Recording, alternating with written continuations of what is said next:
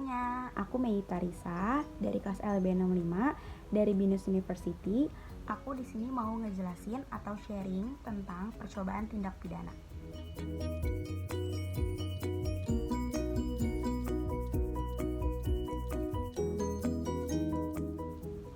Pada umumnya, percobaan tindak pidana atau yang dikenal sebagai pogging berarti suatu usaha mencapai suatu tujuan tertentu yang pada akhirnya tidak atau belum terselesaikan karena adanya hal yang menghalanginya. Hal-hal yang menghalanginya entah bisa jadi dari dalam diri si pelaku maupun di luar kehendak dari diri si pelaku, tetapi telah adanya atau sudah adanya permulaan yang dilakukan oleh si pelaku.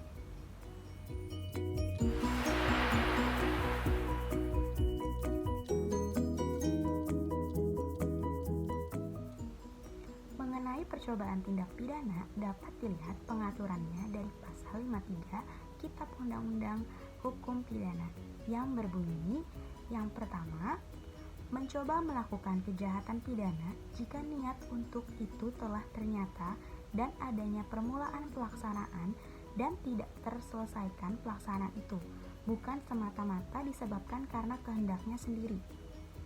Yang kedua, maksimum pidana pokok terhadap kejahatan dalam percobaan dikurangi sepertiga.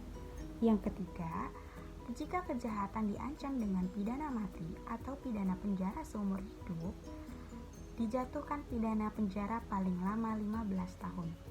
Yang keempat, pidana tambahan bagi percobaan sama dengan kejahatan selesai.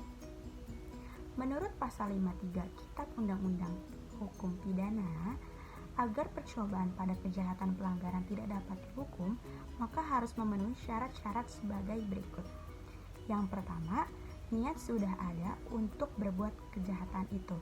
Yang dimaksud dari yang adanya niat itu, sudah adanya niat atau rencana untuk melakukan tindak kejahatan. Entah itu dia sudah berniat atau berencana untuk membunuh seseorang, memperkosa seseorang, menganiaya seseorang, dan lain sebagainya. Yang kedua, orang sudah memulai berbuat kejahatan tersebut. Contohnya, misalkan si pelaku sudah menjalankan aksinya dengan cara membobol rumah orang yang ingin dia bunuh atau ingin dia curi barang-barangnya, seperti itu. Terus yang ketiga, perbuatan kejahatan itu tidak jadi sampai selesai oleh karena terhalang oleh sebab-sebab yang timbul kemudian tidak terletak dalam kemauan penjahat itu sendiri. Jadi misalkan dia sudah melakukan tindakan tersebut, sudah membobol, sudah ingin mencuri, sudah adanya permulaan tindakan tersebut, tetapi adanya hal yang menghalanginya seperti yang sudah dijelaskan sebelumnya, yaitu bisa jadi dalam diri si pelaku masih diri itu sendiri maupun kehendak di luar kehendak dari pelaku itu sendiri. Contoh dari di luar dari kehendak pelaku tersebut, misalkan ketika ia membobol pintu atau sedang berusaha untuk melancarkan aksinya, seseorang atau security atau semacam orang lain melihatnya dia dalam menjalankan aksi tersebut karena ia tidak ingin ketangkap basah atau tidak mau mengambil resiko, dia tidak menyelesaikan apa aksinya tersebut. Jadi dia langsung melarikan diri, dia langsung menghentikan aksinya tersebut sehingga tindakannya tersebut tidak terselesaikan.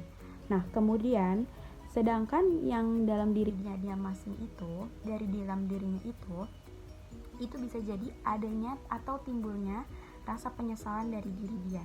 Misalkan dia sudah memegang pisau, dia ingin membunuh seseorang yang sudah ada di depannya, kemudian dia melihat orang itu dan merasa kasihan, dia merasa menyesal, dia mengingat sesuatu hal yang membuat dia untuk memberhentikan aksinya itu, dan tidak terselesaikan dan dia tidak melanjutkan aksinya itu disebutnya dari dalam diri si pelaku itu.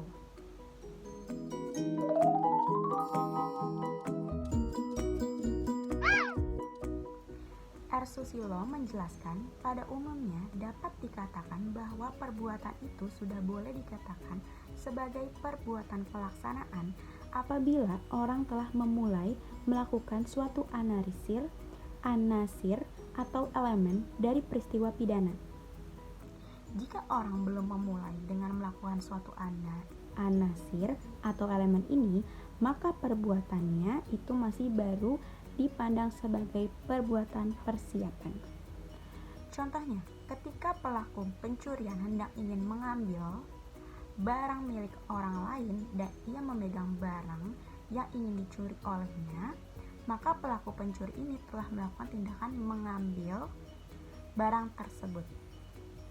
Sedangkan perbuatan yang disebut sebagai perbuatan pelaksanaan ketika seorang sudah melakukan tindakan tanpa harus menyentuh barang yang ingin dicurinya. Contohnya itu seperti membongkar, memecahkan, memanjat, dan lain sebagainya.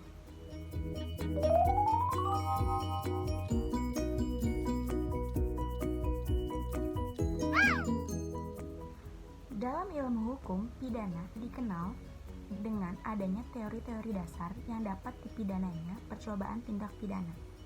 Teori-teori tentang dasar dapat dipidananya percobaan dapat dibedakan atas teori objektif dan teori subjektif. Pendukung teori percobaan objektif antara lain D. Simmons, sedangkan pendukung teori percobaan yang subjektif antara lain G. A. Van Hammel. Mengenai kedua teori ini dikemukakan oleh J. A. Jonkers bahwa ajaran yang subjektif menitik beratkan pada subjek, yaitu perseorangan atau individu. Sedangkan ajaran objektif mementingkan atau menitik beratkan pada objek, yaitu perbuatan yang dilakukan oleh si pembuat.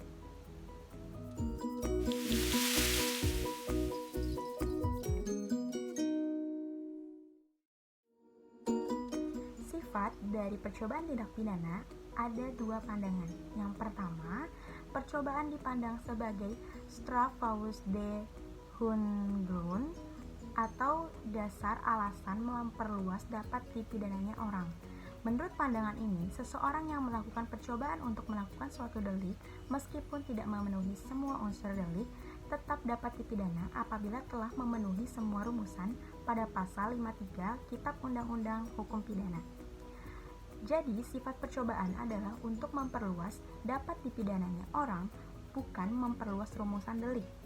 Dengan demikian, menurut pandangan ini, percobaan tidaklah dipandang sebagai jenis atau bentuk delik yang tersendiri, melainkan dipandang sebagai bentuk delik yang tidak sempurna. Yang kedua, sifat yang kedua, percobaan dipandang sebagai Tatbestand aus der Hohengrund atau dasar atau alasan memperluas dapat dipidananya perbuatan. Menurut pandangan ini, percobaan melakukan suatu delik merupakan suatu kesatuan yang bulat dan lengkap. Percobaan bukanlah bentuk delik yang tidak sempurna, tetapi merupakan delik yang sempurna hanya dalam bentuk yang khusus, jadi merupakan suatu delik tersendiri.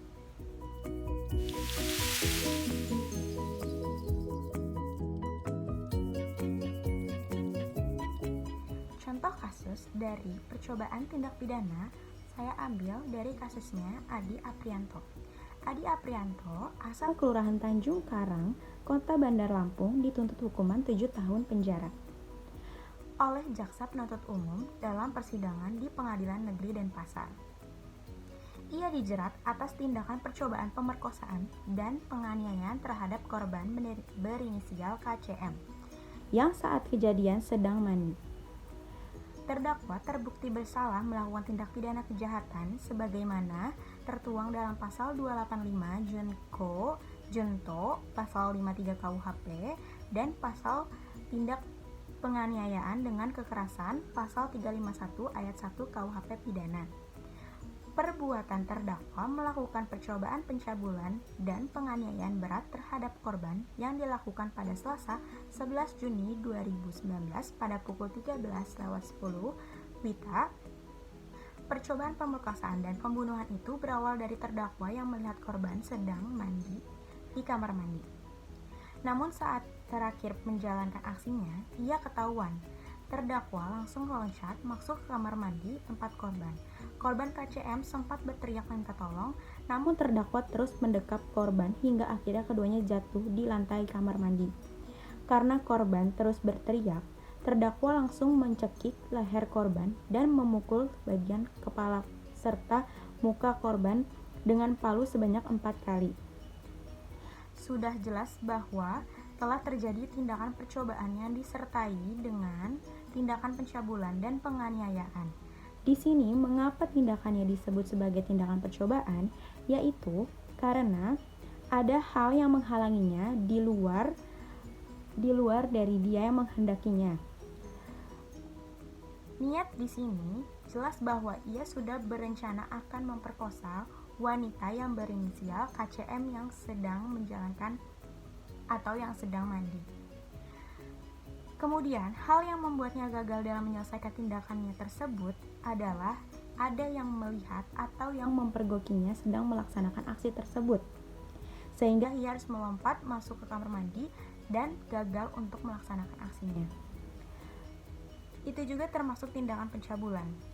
Setelah dia masuk lompat ke dalam kamar mandi, wanita berinisial KCM tersebut berteriak dan meminta tolong secara terus-menerus sehingga pelaku memilih untuk mencekik dan memukul korban. Maka hal tersebut sudah termasuk ke dalam tindakan penganiayaan.